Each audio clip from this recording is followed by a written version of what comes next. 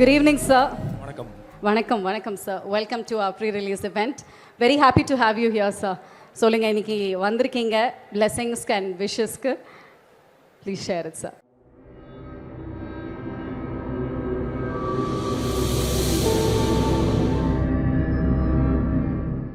நான் வந்து விக்கியோட friend, விக்கியோட fan.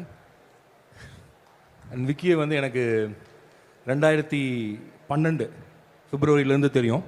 So 2012 பிப்ரவரி விருகம்பாக்கத்தில் என் ஆஃபீஸ்க்கு வந்த விக்கிக்கும் இன்றைக்கி 2026 இங்கே உட்காந்துருக்கக்கூடிய விக்னேஷ் சிவனுக்கும் இருக்கக்கூடிய அந்த உயரத்தை பார்த்து நான் ரொம்ப சந்தோஷப்படுறேன். ஏன்னா விக்கிக்கு வந்து எதுவுமே உடனே நடக்காது. ஆக்சுவலாக இந்த ஆடியோ லான்ச் வந்து நேற்று வச்சுருந்தாங்கன்னு நினைக்கிறேன். நேற்று மழை வந்துருச்சு மாற்றினாங்க. ஸோ எல்லாத்துக்கும் சுலபமாக நடக்கிறது, விக்கிக்கு மட்டும் வந்து ஒரு பயங்கர கஷ்டப்பட்டு தான் விக்கி எதையுமே அச்சீவ் பண்ணக்கூடிய இடத்துக்கு வரும் அப்படி. ஏன்னா விக்கி யோசிக்கிற கதைகள் அப்படி. இப்போ உங்கள் எடிட்டர் சொல்லிட்டு இருந்தார், வேறு ஏதாவது ஒரு கதையை பண்ணினாலும் முடிச்சுட்டு போயிருக்கலாம். அது ஒரு ஃப்யூச்சர்னு வச்சு அதுக்கு ஒவ்வொரு ஷாட்டுக்கும் ஒவ்வொன்று பண்ணணும் வச்சு இந்த படத்துக்கு இவ்வளோ ஒவ்வொரு படத்துலையும் ஏதாவது ஒன்று எக்ஸ்பெரிமெண்ட் பண்ணுறது, தன்னால் இது வரைக்கும் செய்யாத ஒன்றை செய்கிறது, தமிழ் சினிமாவில் யாரும் முயற்சி செய்யாத ஒரு கதை பரப்பில் ஒரு கதையை யோசிக்கிறது, இதுதான் விக்னேஷ் சிவனுடைய அடையாளம். ஆக்சுவலாக எல்லா போராட்டத்துக்கும் காரணம் அதுதான். விக்னேஷ் சிவன் தான்ங்கிற ஒரு அடையாளம் வச்சுருக்காருல. நான் விக்கிட்ட அடிக்கடி சொல்லுவேன், இந்த 3 Idiots மாதிரி, முன்னாபா எம்பிபிஎஸ் மாதிரி, ராஜ்குமார் ஹிரானி மாதிரி படம் எடுக்கக்கூடிய ஒரே இயக்குனர் தமிழில் யாராவது ஒருத்தர் இருக்காருன்னா அது விக்னேஷ் சிவன் தான். ஏன்னா நானும் ரவுடி தான் கதையை நான் ஒரு 300 தடவை கேட்டிருப்பேன் படம் பண்ணுறதுக்கு முன்னாடி.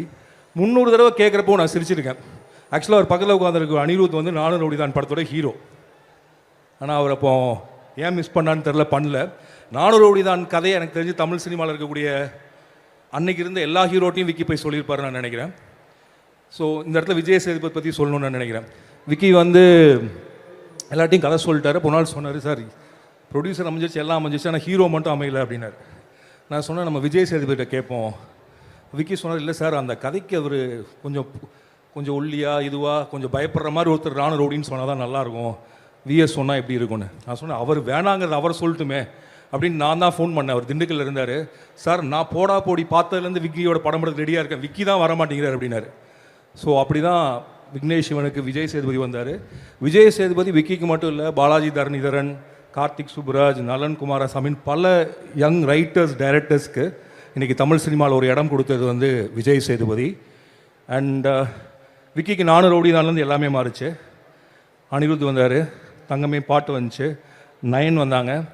ஆக்சுவலாக இந்த படத்தில் பேசக்கூடிய காதல் அன்றைக்கி விக்கிக்கு நடந்துச்சு. காதல் பயங்கர விசித்திரமானது, அழகானது, அதிசயமானது. எப்போ நடக்கும்னு யாருக்கும் தெரியாது.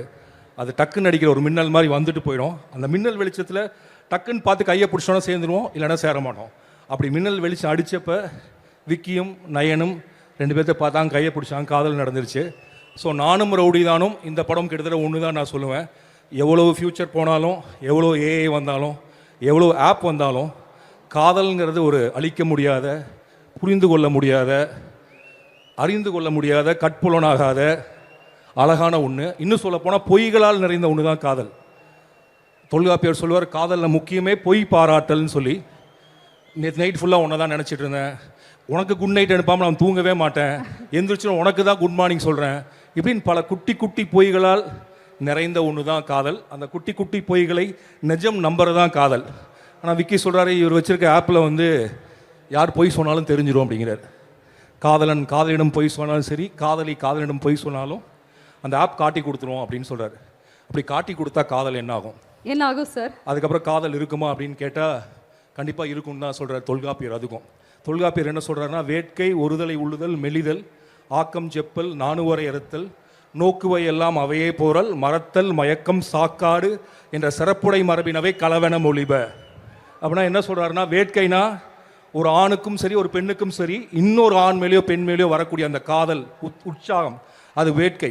வந்ததுக்கப்புறம் அந்த எதிர்த்தாப்படி இருக்கவங்களுக்கு நம்மளை பிடிக்குதோ பிடிக்கலையோ அவங்களே நினச்சிட்டே இருப்போம், அதான் ஒருதலை உள்ளுதல். அப்படி நினச்சி உடம்பு மனசு எல்லாம் மெலிஞ்சு போகும், அதான் மெலிதல்.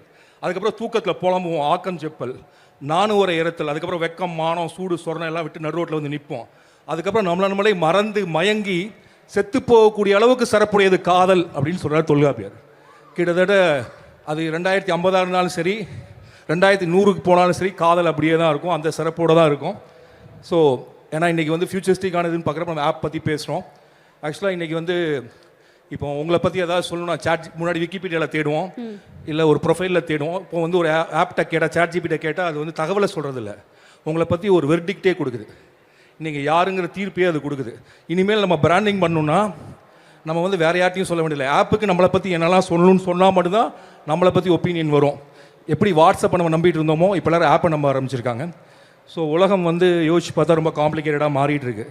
இவ்வளோ காம்ப்ளிகேஷன்லையும் இவ்வளோ நவீனத்திலையும் மாறாத ஒன்று காதல். அந்த காதல் எப்போதும் உலகத்தை முன்னேற்றத்தை நோக்கியே கொண்டு போவோம். அப்படிங்கிறது தான் எல்ஐகே அப்படின்னு நான் நம்புகிறேன். ஏன்னா எனக்கு இந்த கதையும் தெரியும். இந்த படத்தோட வில்லனை வந்து நான் வந்து ஹோமோசெப்பியன்ஸ் எழுதின ஆத்தரும் இந்த படத்தோட வில்லன் எஸ்ஜே சூர்யா சாரும் ஒன்றுன்னு நான் நினைக்கிறேன்.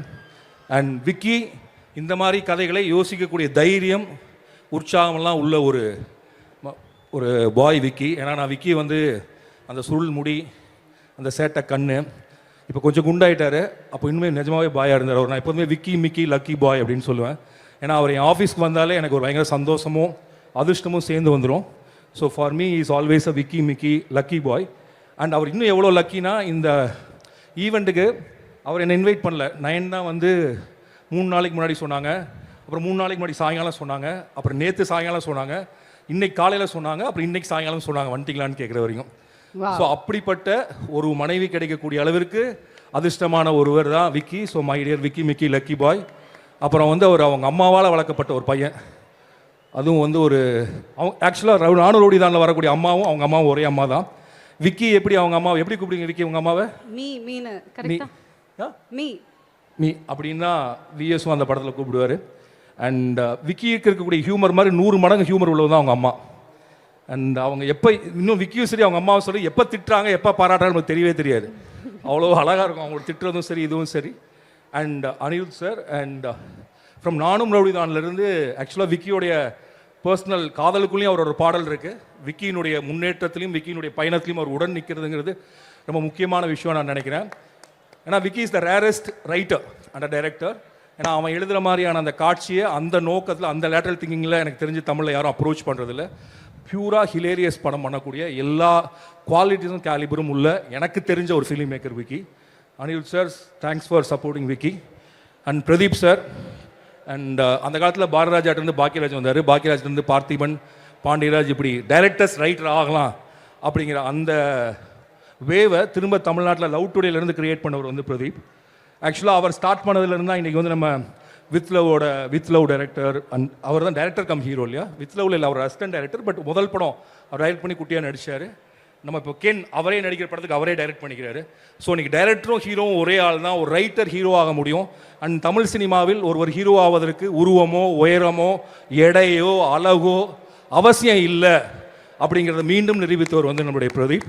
அண்ட் அதுதான் தமிழ் சினிமாவுடைய பலம் நான் நினைக்கிறேன். எப்போதுமே ஏதாவது ஊர்லேருந்து கிளம்பி வருவக்கூடிய மிகப்பெரிய நம்பிக்கையும் கனவுலும் உடைய எல்லாத்துக்கும் ஒரே மாதிரியான கதவை திறந்து வச்சிருக்கிறது தான் தமிழ் சினிமா. அது 2050 ஆனாலும் சரி 2100 ஆனாலும் சரி அப்படி இருக்குன்னு நான் நம்புகிறேன். அண்ட் ரவிவர்மன் இருக்காரான்னு தெரில, என்னுடைய ஃபேவரட் கேமராமேன், அவருக்கும் என்னுடைய வாழ்த்துக்கள். அண்ட் இந்த படத்தோட எடிட்டர் அவர் இப்போ தான் நான் பார்க்குறேன், எனக்கு ரொம்ப பிடிச்சது உங்களுடைய எடிட்டிங் ஸ்டைல். அது பல தடவை நான் சொல்லிட்டேன்.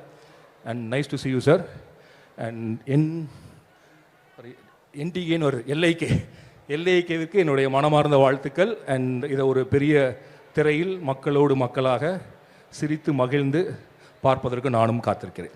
நன்றி, வணக்கம். Thank you sir. உங்கள் படங்கள் மட்டும் இல்லை, நீங்கள் பேசினாலே எங்களுக்கு செம குஷி ஆகிடுது சார்.